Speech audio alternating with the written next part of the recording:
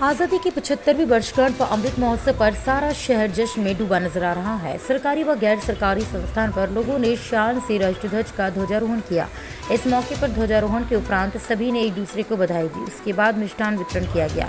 साथ ही ब्लॉक भित्री चैनपुर में बने अमृत सरोवर पर पहुंचे सांसद धर्मेंद्र कश्यप व विकासखंड अधिकारी, ग्राम प्रधान, ब्लॉक प्रमुखपति हरेंद्र पटेल, संजीव पटेल, इकबाल बहादुर लोधी ने समूह रूप में झंडारोपण किया। इस मौके पर उन्होंने कहा, आज बहुत ही गर्व का दिन है।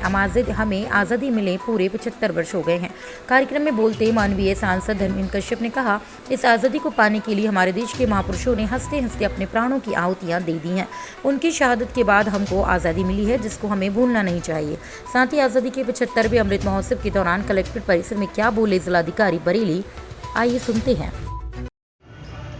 आपके लिए यह अत्यंत अविस्मरणीय क्षण है।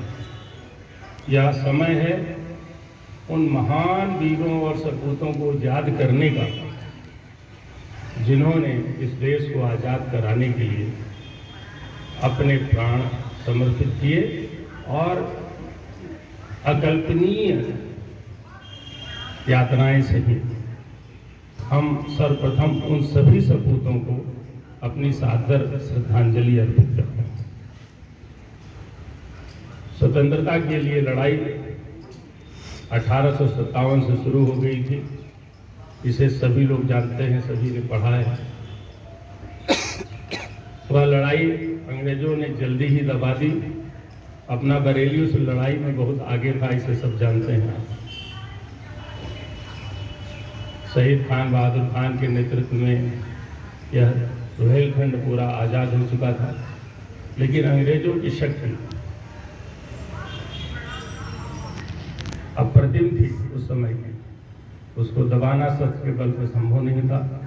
इसीलिए पूरे देश में चला 1857 का विद्रोह, स्वतंत्रता संग्राम, प्रथम स्वतंत्रता संग्राम, वह जल्दी ही समाप्त कर दिया गया। लेकिन देश में अंग्रेज सबसे बड़ी समस्या है। देश के विकास में, देशवासियों के जीवन के सुख और शांति में, इस बात का एहसास इस देश की जनता 1857 से करने लग गई थी।